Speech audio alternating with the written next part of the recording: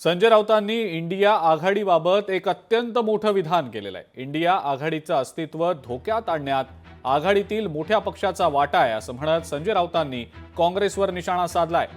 India आघाडी विसर्जित करणं हे फार मोठं विधान होईल असंही राऊत म्हणतायत। मात्र आम्ही सुद्धा आमचा निर्णय घ्यायला मोकळे आहोत असं अत्यंत महत्त्वाचं वक्तव्य राऊतांनी केलंय। एकीकडे दिल्लीमध्ये काँग्रेस आणि आम आदमी पार्टी स्वतंत्र निवडणुका लढवतायत, तर संसदेत सुद्धा इंडिया आघाडीनं सभात्याग केला होता, तेव्हा ममता बॅनर्जी यांच्या तृणमूल काँग्रेसनं सभागृहात राहण्याचीच भूमिका घेतलेली होती। आणि आता संजय राऊत यांच्या या वक्तव्यामुळे इंडिया आघाडीमध्ये सगळं काही आलबेल आहे अशी शक्यता सध्या धूसर दिसतेय।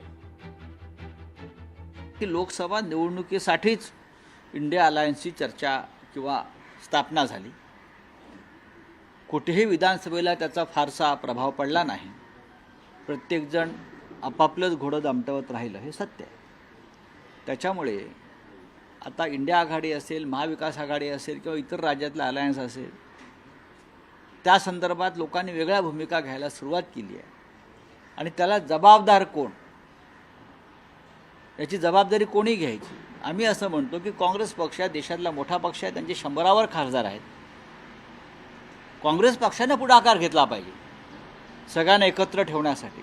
आम्ही सगळे रिजनल पार्टीज आहोत, प्रादेशिक पक्ष आहोत।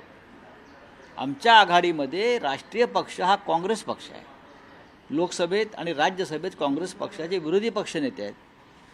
100वर खासदार त्यांचे दोन्ही ठिकाणी आहेत। साधारण जबाबदारी त्यांची आहे सगळ्यांना एकत्र ठेवण्याची आणि टिकवण्याची। तो बता दीजिए, जाहिर कर दीजिए कि नहीं है तो हम अपने अपने मार्ग हम चुन लेंगे। अगर कांग्रेस पार्टी की ये भूमिका है, लोकसभा के लिए बनी थी, अब उनका कोई वजूद नहीं है, तो ऑफिशियली आप डिक्लेयर कर दीजिए। और बाद में ये मैं आपको बताता हूँ, फिर वापस इंडिया अलायंस नहीं बनेगा अगर एक बार ये टूट गया तो। अगर ये भूमिका किसी पार्टी की है जो बड़ी पार्टी है, तो आप सोच लीजिए इस प्रकार का बयान करने से पहले कि आगे क्या हो।